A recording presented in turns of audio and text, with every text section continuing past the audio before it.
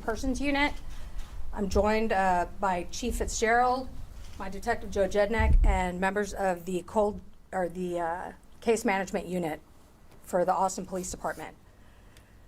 We're here to talk about a case that happened in 1994, May 12th, 1994. The victim, Bert Allen Mann, came home to his residence at 2510 Stargrass Circle. When he came home, he met a burglar that was inside his house. A very violent encounter ensued in the foyer of the house. Mr. Mann ended up being stabbed multiple times and died there in that entryway to the house. During that altercation, the suspect was injured, and as he left the residence, he left his blood inside the residence for the homicide detectives who came to investigate the case to collect. In 2005, the Austin Police Department Cold Case Unit was established. At this time, they started going through old cases that had not been solved, looking at evidence. They realized that this case had a single source DNA profile, and this was sent off to DPS to have an original DNA profile completed on this. That profile was then uploaded into the CODIS system, which is the Combined DNA Index System. There are various reasons people have their DNA in this system. They could have committed another murder and then been released. They could be have been convicted of sexual assault. Our suspect was not in the CODIS system, so we were just left with a DNA profile.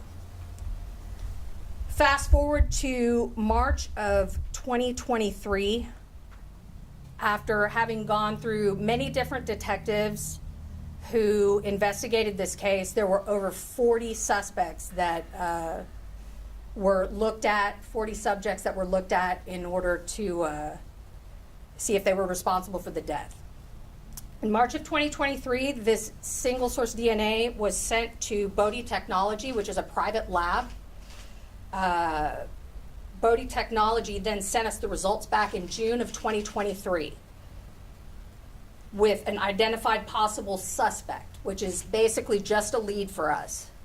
They did this through genetic genealogy, which is the second case that APD has had result from using genetic genealogy.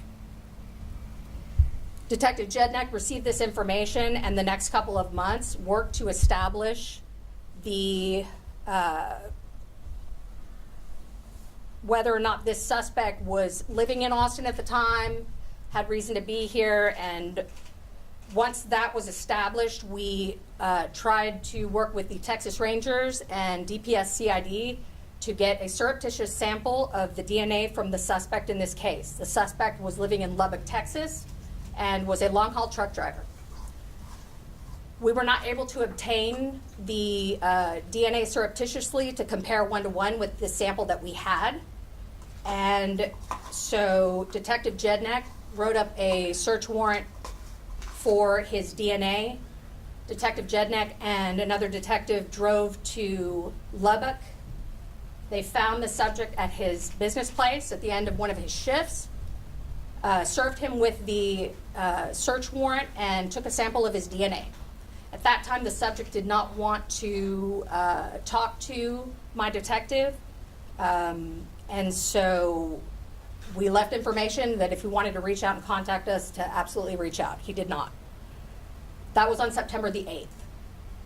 On September the 13th, Detective Jednick was contacted by the owners of the trucking company that their truck had not moved suspiciously for a very long time, and it was a truck stop in Weatherford, Texas.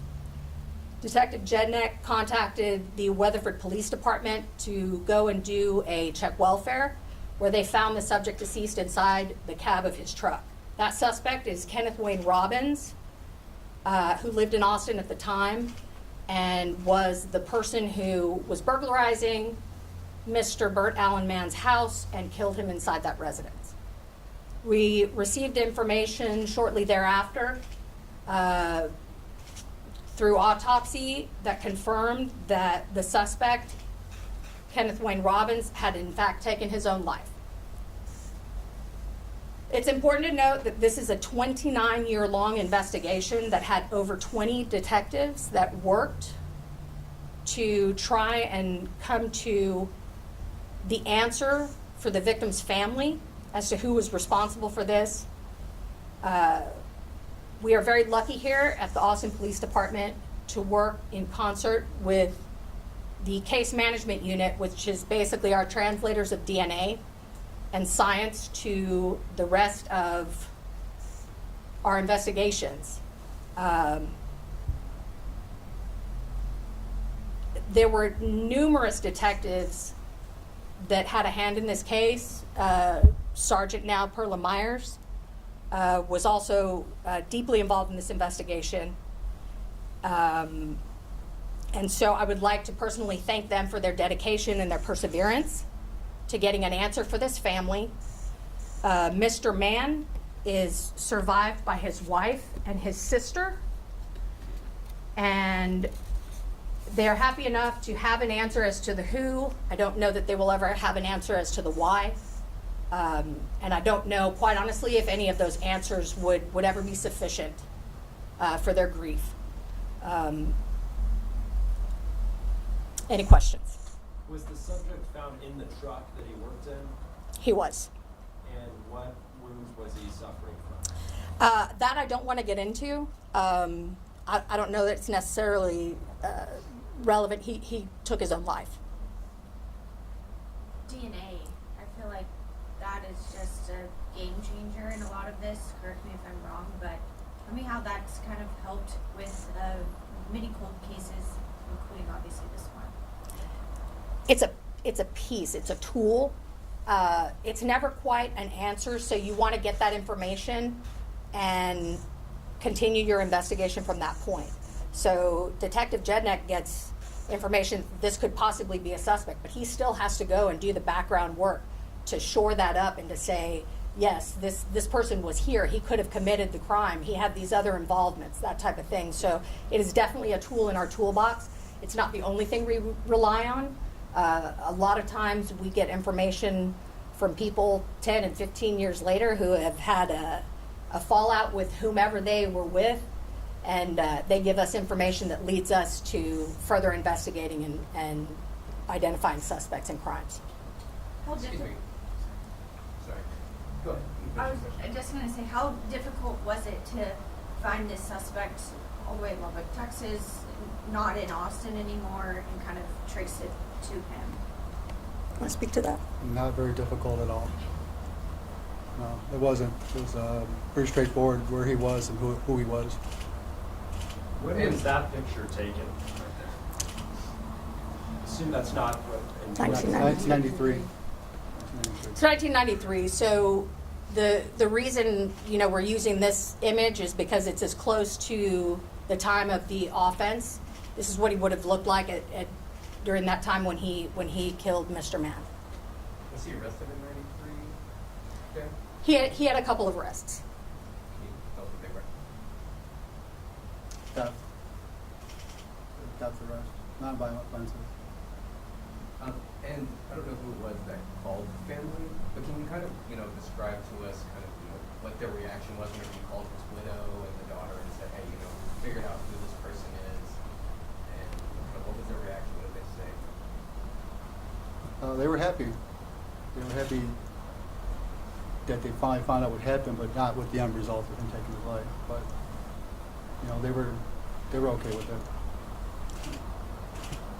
30 years is a while. What does it mean to y'all to continue to work on this and finally have answers for family to give them of the who, obviously not the why, but the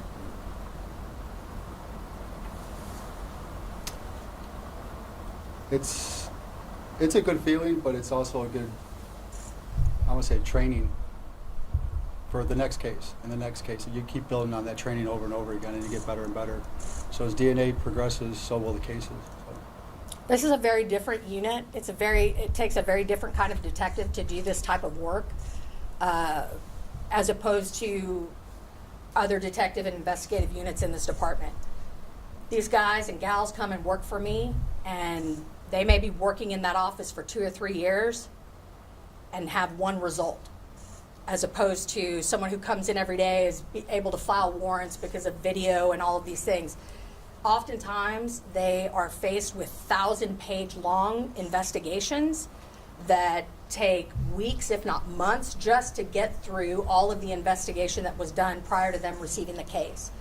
They have to look at it with fresh eyes, try and find areas that were not looked at, and follow up leads that may not have been followed up on originally. And I mean, I'm in awe of them every day, the amount and type of work that they do, and just the sheer dedication with the small amount of return that they get for their investment. It's astonishing for me that they come in and do this work, and they're fantastic.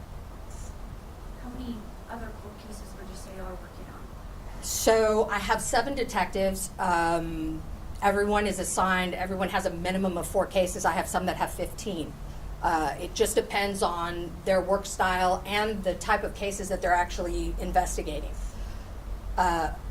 With the side of that, they also are missing persons detectives. So when we have someone that goes missing, they have to drop everything that they're doing in the middle of their investigation and go deal with an urgent situation. And so that, combined with our backfill that we have to work, all of these things, I'd love to have more detectives in my unit to be able to do the work, but we're doing what we can with the people that we have now. Any more questions? Could you kind of also, I know that this is a hypothetical now, but if he had an event in his own life, can you kind of walk us through, how that would work, like kind of charges you would bring to someone 30 years after a crime, and kind of how that justice would happen? Detective Jednick had filed a capital murder warrant, and so he would have been arrested. It was filed, I believe it was filed. Written, not filed. It was already written, but it wasn't filed yet. And so he would have been charged with capital murder and brought back here to Travis County to answer to the charges with our court system here. Last question. Are the wife and the sister, are they still in the Austin area when you guys informed them of this? The wife, yes. Sister, no. All right. Thank you so much.